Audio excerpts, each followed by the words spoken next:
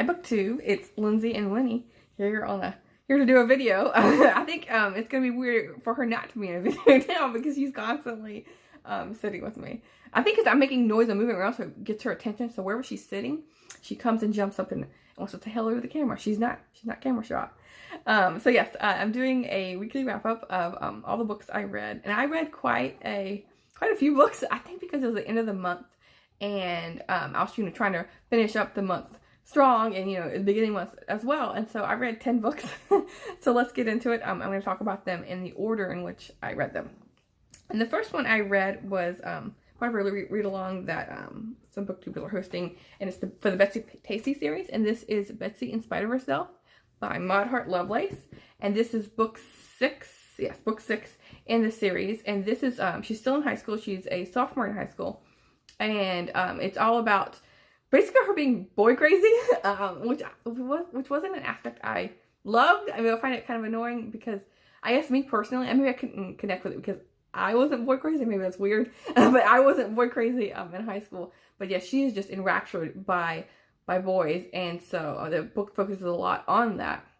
And in the back of this book, it even mentions how she burned some of her, or threw away or burned some of her diaries because they were just all about boys, and so she didn't think they were worthwhile reading. So yes, but what I liked about this book was how we finally get to see Tib again. She was one of the original members of the trio, but she moved away to Milwaukee, and so Betsy finally gets to visit her in Milwaukee over Christmas.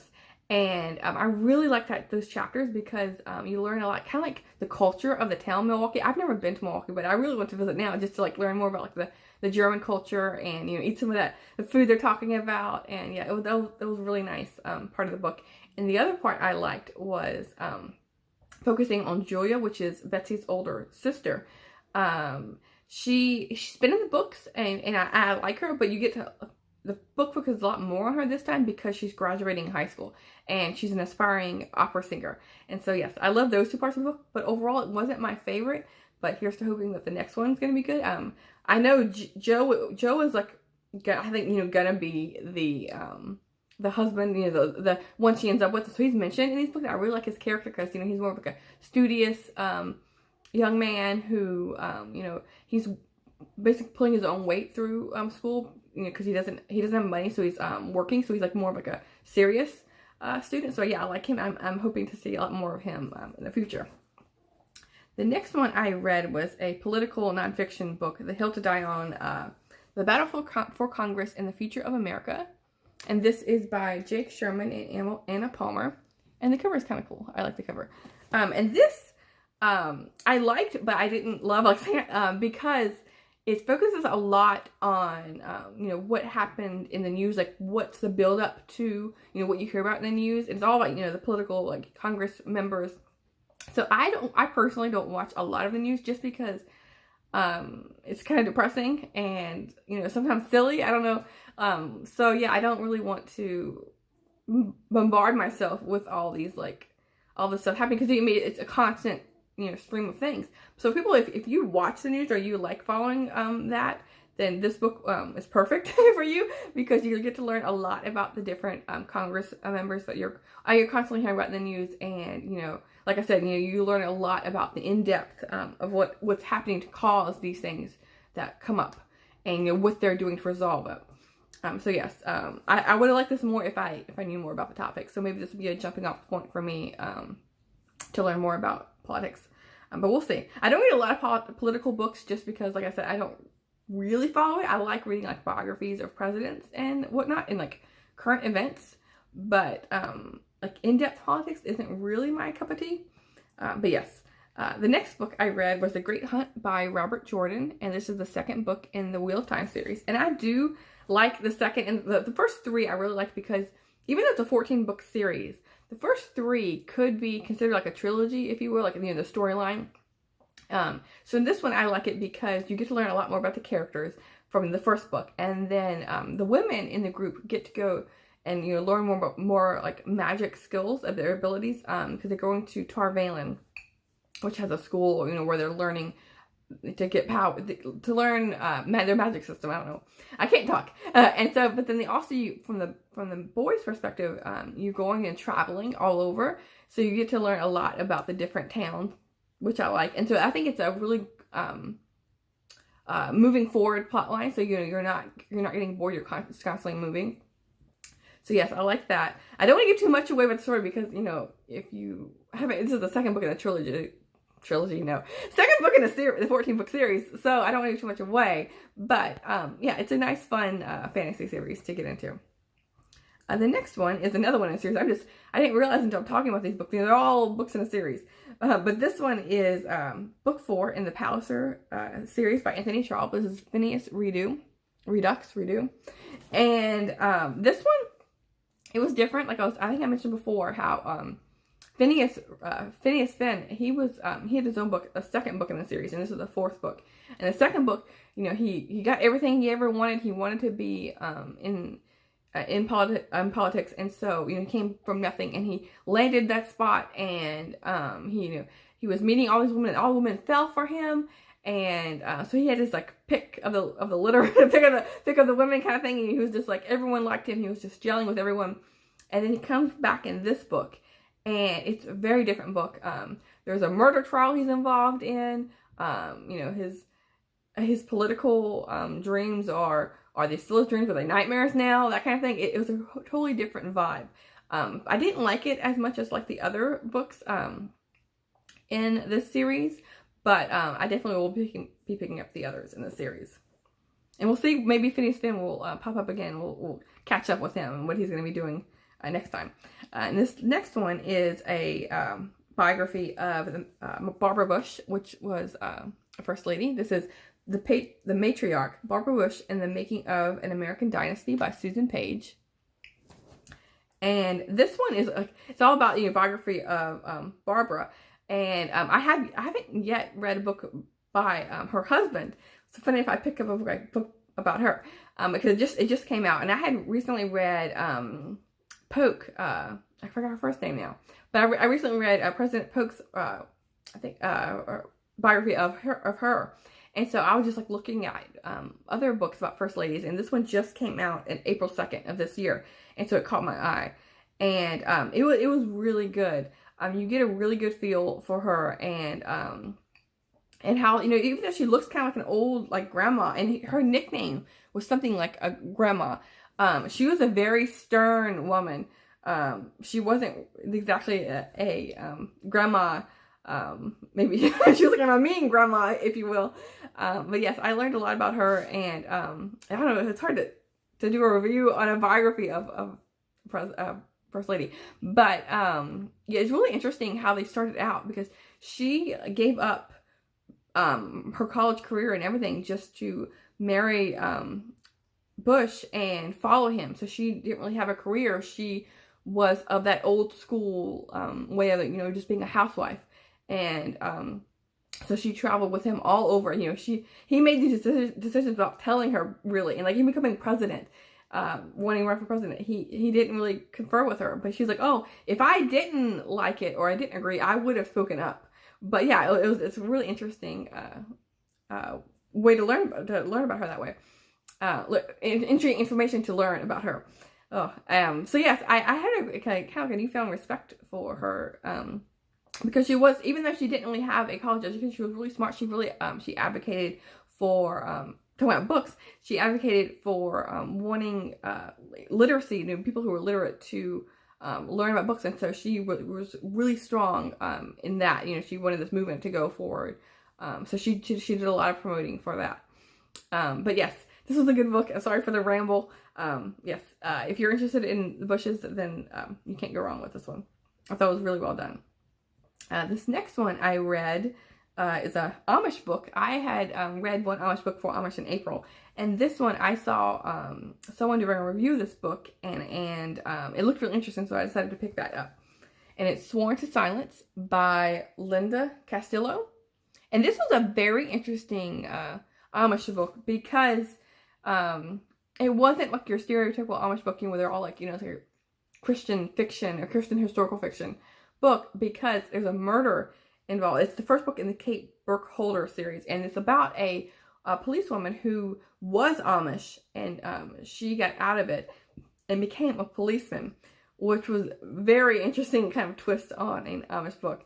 And I didn't particularly care for this book, unfortunately, just because the main character, the way she treated people, I didn't like. Even like potential, she was interviewing people and potential killers, even though they weren't convicted or anything. She was like hitting them, and I didn't really agree with that. I couldn't really. One point is I really couldn't root for her because I didn't like her personality. But it was an interesting book with the Amish community and an excommunicated Amish woman. It was a really interesting take on an Amish book. But it's one I probably won't continue on with the series just because I didn't like her. The next one was kind of like a cozy mystery, Curiosity Thrilled the Cat, and by Sophie Kelly, and this was fun.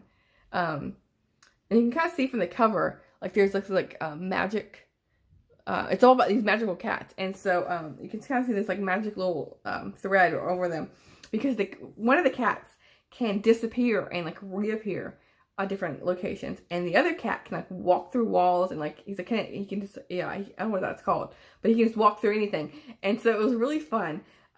It's about a librarian who was living in Boston, and she moves to Minnesota, and so you get the bookish feels with the librarian, and so she's trying to renovate a library there, a Carnegie library, and there's a murder, and so the cats help her solve the murder with like giving her these notes and directing her on the path. And so it was a perfect book for cozy mystery, because you have a librarian, and you have cats, and then you have magical cats. So yes, this was a lot of fun.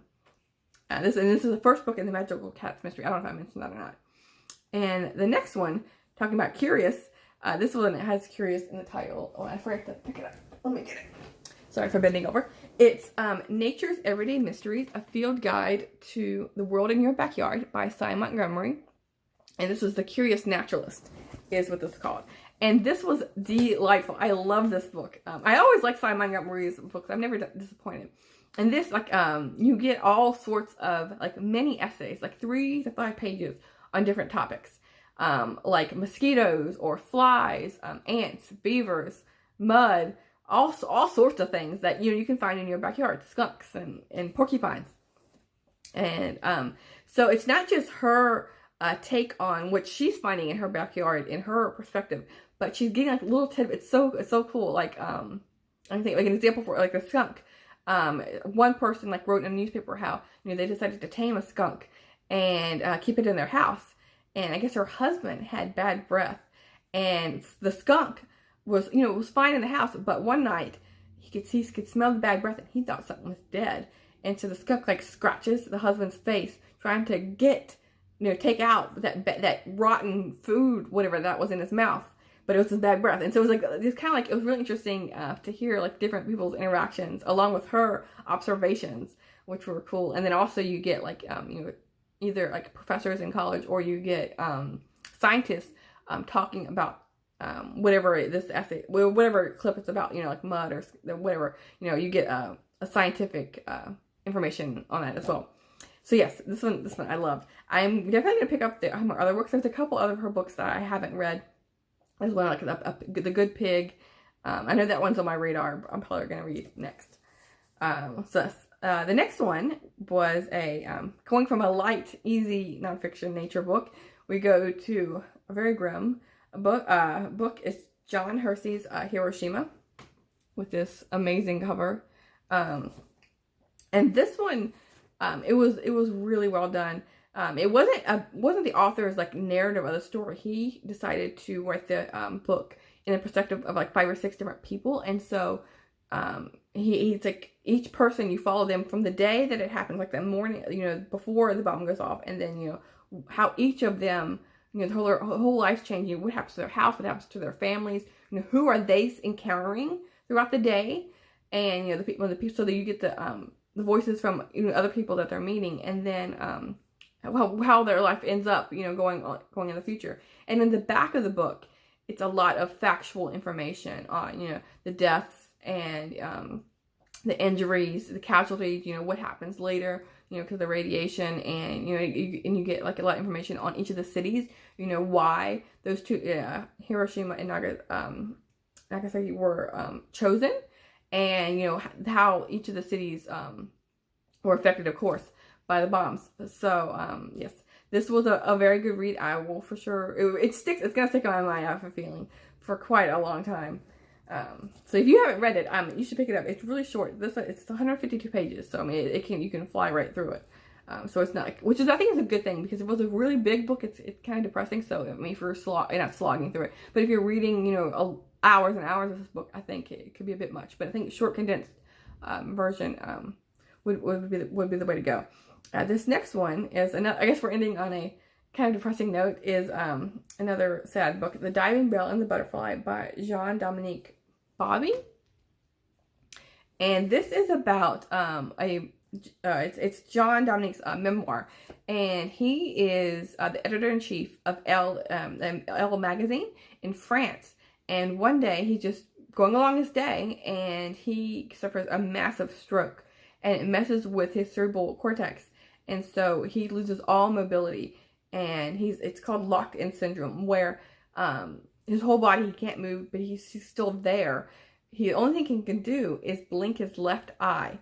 So he wrote this book, blinking his left eye, just looking at different alphabets, different letters in the alphabet, to create words, to create this story, which is amazing.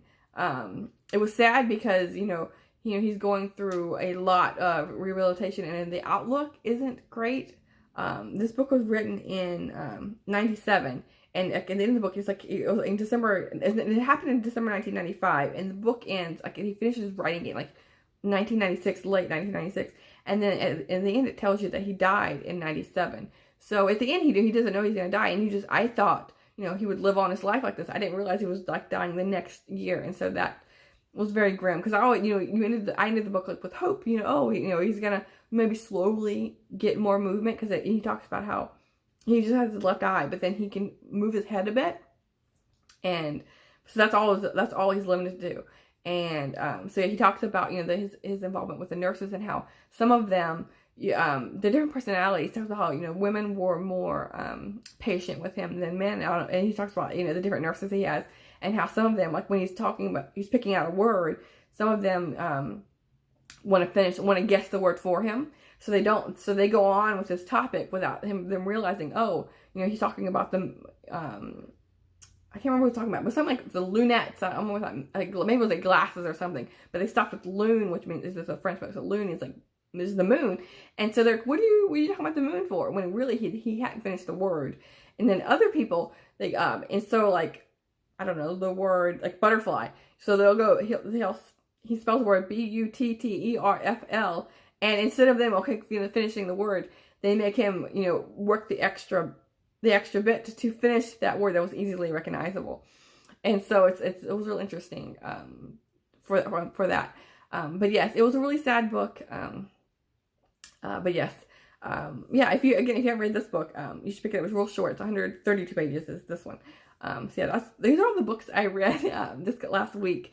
Some of them are grim, but there were some happy, positive books. I read a lot this weekend, and yesterday and today. I didn't do anything but read. So I think I'm off to a good start in the month of May. Let me know if you read any books and what you think of them. Yes, so I'll see you soon. Thanks, BookTube.